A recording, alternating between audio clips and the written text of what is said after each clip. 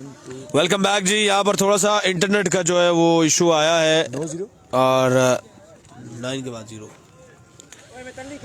तो internet video जो है वो चलते चलते हमारी बंद हो गई थी। इस वजह से मादद ख्वाह अब तमाम दोस्तों से हाँ फिर से खुश आमदीद कहते हैं। महज 47 रन का जो टारगेट है वो मिला है ये मुकाबला पे नाम करने के लिए बसवे टाइगर दरिया गली की टीम को। एक बार फिर से चले गेंदबाज ब्लॉक हॉल में लाजवाब डिलीवरी, कमाल का गेंद। ये गेंदबाज तोफैल तूफानी का अगेंस्ट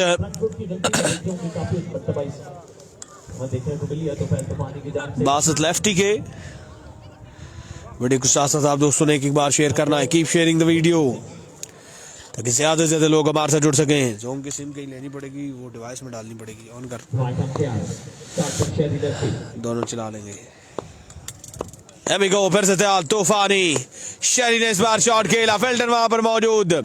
फंबल के बाद 4 मुकम्मल हो जाएंगे। 4 रन का मजीद इजाफा हो जाएगा। अगला मुकाबला आज के दिन का आखिरी मुकाबला होगा और उस मुकाबले की विनर टीम जो है वो फाइनल डे के लिए क्वालिफाई कर जाएगी। कौन टकराएगा रोबाज लेफ्टी इन कंपनी के साथ, इस मैच के बाद फैसला हो जाना है। यार एकदम नेट बंद हो गया गैस का।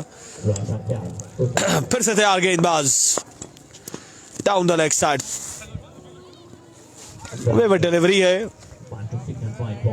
2 रन का इजाफा हो जाएगा।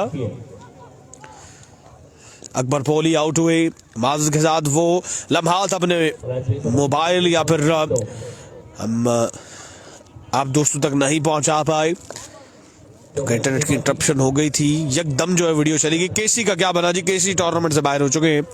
केसी की टीम का सफर मुकम्मल हो चुका है। तूफानी, ओह व्हाट अ शॉट, बासत लेफ्ट टीम।